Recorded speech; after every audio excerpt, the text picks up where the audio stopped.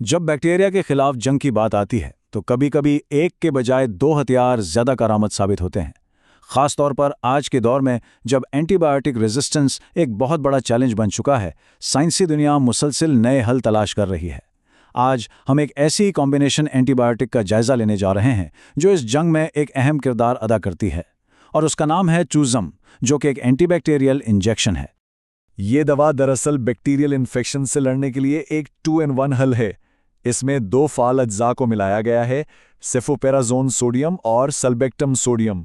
ये दोनों मिलकर काम करते हैं और एक दूसरे की ताकत को बढ़ाते हैं। तो टूसम आखिर है क्या? सीधे अल्फाज में ये एक नुस्खे पर मिलने वाला एंटीबैक्टीरियल इंजेक्शन है जो कई तरह के बैक्टीरियल इन्फेक्शंस के इलाज के लिए इस्तेमाल होता है।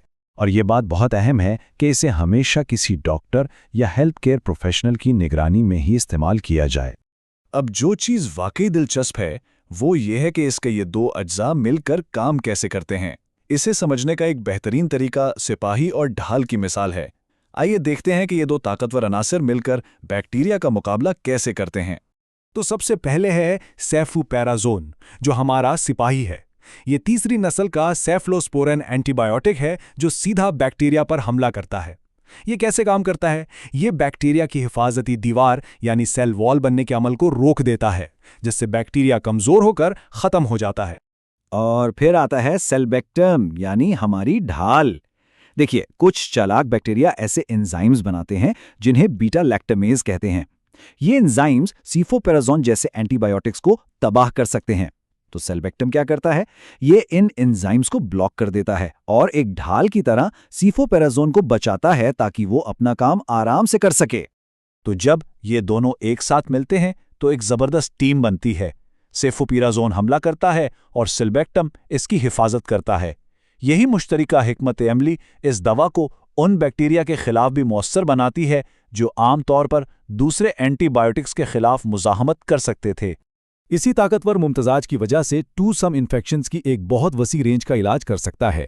आइए जरा देखते हैं कि क्लिनिकल प्रोफाइल के मुताबिक ये किन किन बीमारियों के लिए इस्तेमाल होता है। ये दवा कुछ बहुत ही संगीन अंदरूनी इन्फेक्शंस का मुकाबला करती है, जैसे सेप्टिसीमिया यानी खून का इन्फेक्शन, मेनिंजाइटिस जो दिमाग और रीढ़ की हड्डी की झिल्लियों की सूजश है, और पेट के अंदर होने वाले दूसरे शदीद इन्फेक्शंस। लेकिन बात यहीं खत्म नहीं होती। टूसम सांस की नाली, पेशाब की नाली, जिल्द, हड्डियों और जोड़ों के इन्फेक्शंस के लिए भी तजवीज़ किया जाता है। इसकी यही वर्सेटैलिटी दिखाती है कि सिपाही और ढाल का ये कॉम्बिनेशन जिस्म के मुख्तलिफ हिस्सों में बैक्टीरिया के मुख्तलिफ दिफाई तरीकों पर काबू पा सकता है। अच्छा, अब जब हम जान चुके हैं कि ये काम कैसे करता है, तो आइए इसका इस्तेमाल के अमली पहलुओं पर बात करते हैं, क्योंकि सही खुराक और इसे देने का तरीका इसकी तासीर और हिफाजत के लिए बहुत अहम है। सबसे पहली और सबसे अहम बात, ये एक इंजेक्शन है जिसे कोई खुद नहीं लगा सकता। इसे हमेशा किसी हेल्थ केयर प्रोफेशनल के जरिए या उनकी निगरानी में तैयार करके लगाया जाना चाहिए, चाहे वो नस के जरिए हो या पट्ठों में। जहाँ तक खुराक की बात है तो बालिगों के लिए आम तौर पर रोज़ाना 2 से 4 ग्राम की खुराक दी जाती है, जिसे हर 12 घंटे बाद बराबर हिस्सों में तकसीम किया जाता है। बच्चों के लिए खुराक का हिसाब उनके वज़न की बुनियाद पर होता है, जो रोज़ाना 40 से 80 मिलीग्राम फी किलोग्राम तक होता है। एक बात याद रखने वाली है कि सल्बैक्टम यानी ढाल वाले जूस की ज़्यादा से ज़्यादा रोज़ाना खुराक 4 ग्राम तजवीज़ की गई है। ये इस बात को यकीनी बनाता है कि दवा मौसर भी रहे और महफूज भी। लेकिन खुराक हमेशा एक जैसी नहीं होती।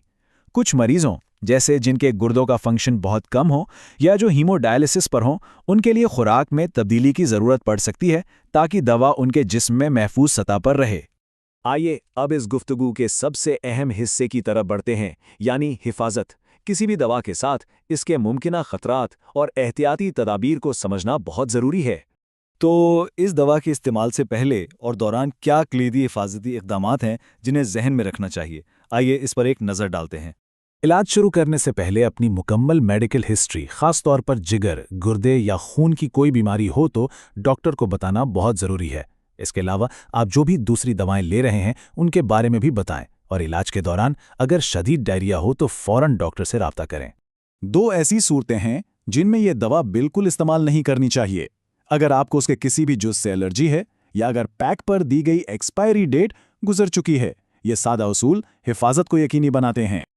हर दवा की तरह इसके भी कुछ मुमकिना ज़मनी असरात हो सकते हैं।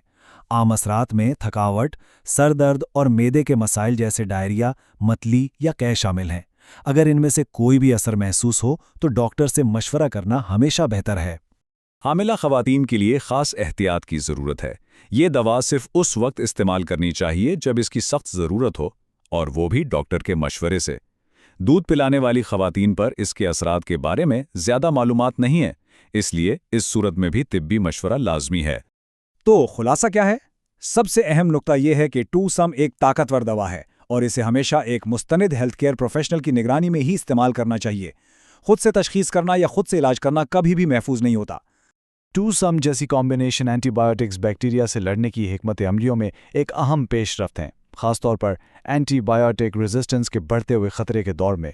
ये हमें सोचने पर मजबूर करता है कि जब साइंसदान बैक्टीरिया को हराने के लिए ऐसे नए नए तरीके तलाश कर रहे हैं तो इस जंग का मुस्तकबिल कैसा नजर आता है।